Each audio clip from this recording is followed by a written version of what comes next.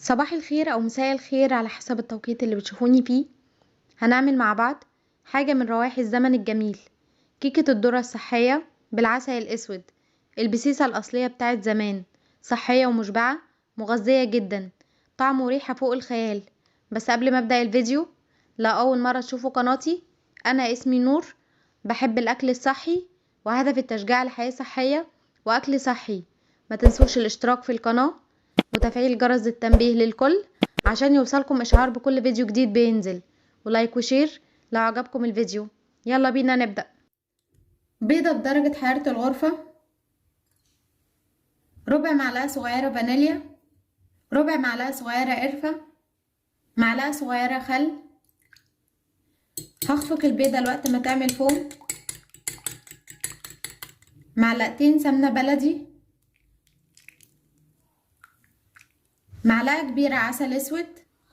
بتحبوا التحلية زيادة هنزود. هقلب المكونات لوقت ما يمتزجوا. نص كوب لبن،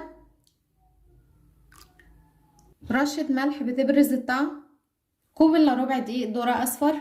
دقيق ذرة نوعين، ابيض واصفر، نستخدم المتوفر عندنا.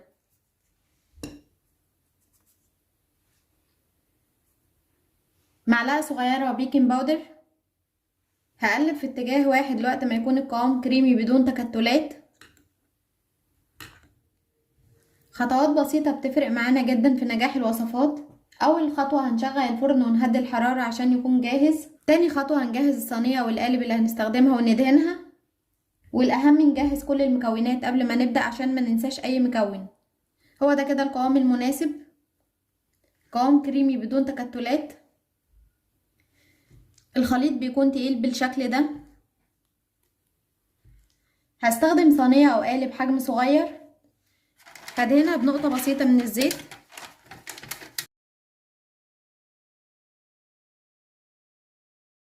ممكن اضافة رشة سمسم زيادة في القيمة الغذائية ونفس تكات زمان. هصب الخليط،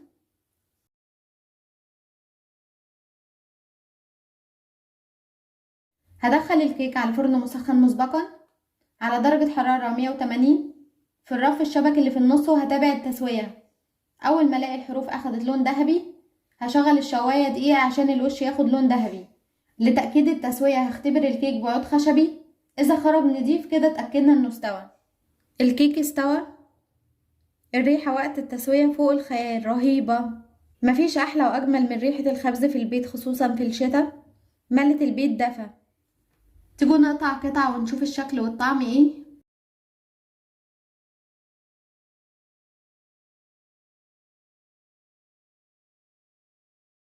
ده كده بيكون شكل القطع،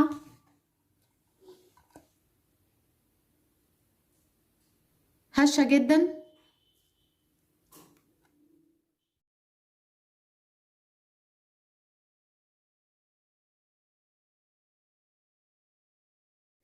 ده كده بيكون شكل القطع. الطعم حكاية، اتمنى تجربوها وتعجبكم. احلى فطار مع شاي بلبن، تنفع للعشاء، سناكس، لانش بوكس للشغل، الجامعات. قدمت معاكم البسيسة الصحية بالبرتقال بدون بيض او لبن، اقتصادية طعمها رهيب. وكمان القراقيش بدقيق الذرة. هسيب لكم الوصفات في صندوق الوصف اللي حابب يشوفها. قدمت معاكم 13 وصفة كيك صحي، جمعتهم في قائمة تشغيل واحدة، هسيبها لكم في صندوق الوصف اللي حابب يشوف الوصفات. اتمنى ان الفيديو يكون عجبكم. اشوفكم المرة الجاية في فيديو جديد. دمتم بصحة وعافية.